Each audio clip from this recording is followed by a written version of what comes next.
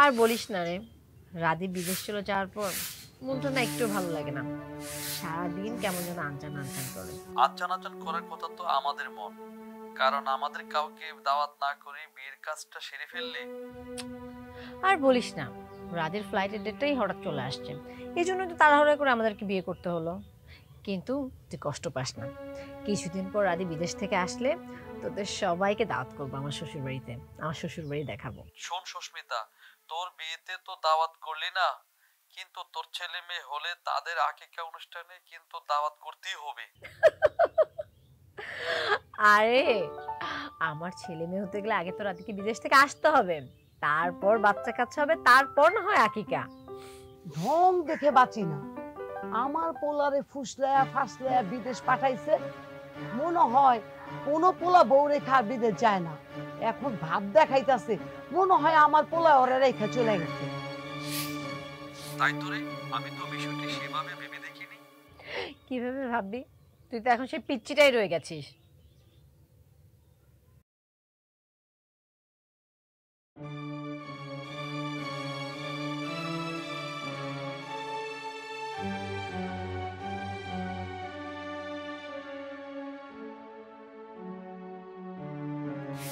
ঠিক আছে রে, বাই।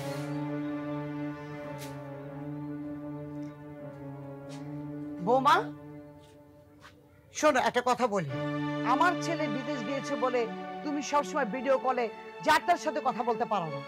সংসারে অনেক কাজ পড়ে আছে, যাও কাজ করো। এখন তো আমার বয়স হয়েছে, তাই না? এখন আমি আর বাপে এত কাজ করতে পারবো না। যাও কাজ করো। কি বলছেন মা, আমি যাত্রার সাথে কেন কথা বলবো? আর আমি তো সবসময় কথা বলি না। আহাদ আমার ছোটবেলার বন্ধু, আমরা একসাথে পড়ালেখা করেছি, খেলাধুলা করে বড় হয়েছি, তাই ওর সাথে একটু কথা বলছিলাম। ভালোই তো দেখতেছে মুখে মুখে তর্ক করা শিখেছো তুমি। মা, এখানে মুখে মুখে দরকার কি দেখলেন আপনি? কথার ভিতরে কথা না বলে যাও সংসারে কাজ কাম করে গিয়ে। এই বয়সে আমি আর এই সংসারে কাজ কাম করতে পারবো না।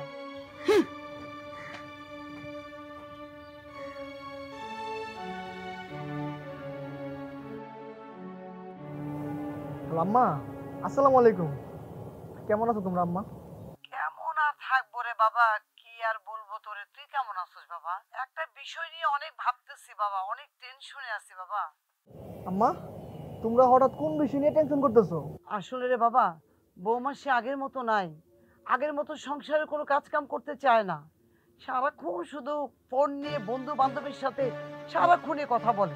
কি বলো আম্মা, সুমিতা তো তাড়াতাড়ি পরিবর্তন হয়ে গেল। আমি যা বলি সত্য কথা বলি। আমার কথা যদি তোর বিশ্বাস না হয় তোর বাবারে জিগা। না না আম্মা, তুমি বলছো তাতে আমার বিশ্বাস হয়েছে। আচ্ছা আম্মা শুনো, এখন কলটা রাইখা দেই, আমার ডিউটির সময় হয়েছে, আমার ডিউটিতে যাইতে হইব। আম্মা, শরীরের যত্ন নিও, তোমরা ভালো থেকো, পরে কথা হবে ভাই। আচ্ছা বাবা, ভালো থাকিস বাবা।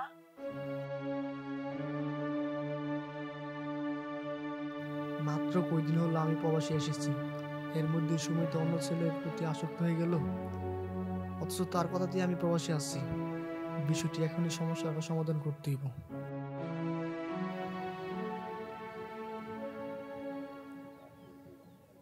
রাধি কল দিছে এতদিন পর, দড়ি।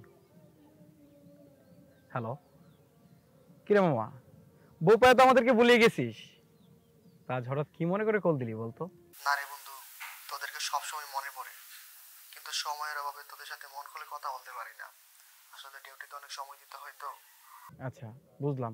তো আচ্ছা বলতো, তো হঠাৎ এই অসময়ে কেন কল দিলি? আসলে হয়েছে কি বন্ধু, আমি বিদেশ যাওয়ার পরে সুমিতা নাকি আগের মতো সংসারে কাজকর্ম করতে চায় না, বাপ মারে সম্মান করে না, কথায় কথায় তর্ক করে। তাই আমি তোরে কল দিছি, তুই আমাদের বাড়িতে একটু যাবি। তোদের বাড়িতে গিয়ে আমি কি করব? আসলে হয়েছে কি বন্ধু, মানে তোর বাবির একটু বুঝায় কইলি আর কি, যাতে ও সংসারের কাজকর্ম সুন্দর করে করে, বাবা মার কথা শুনে। মোট কথা হয়েছে গিয়া সমস্যার সমাধান করে লেগে আমার বাড়িতে যাবি আর কি। আচ্ছা ঠিক আছে, তুই কোনো চিন্তা করিস না, আমি তোর বউরে বুঝে সুঝে যেমনি হোক একদম স্বাভাবিক জীবনে ফিরে আনার চেষ্টা করবো। ঠিক আছে বন্ধু, তুই আসস বলে আমি কিছুটা টেনশন ফ্রি হইলাম।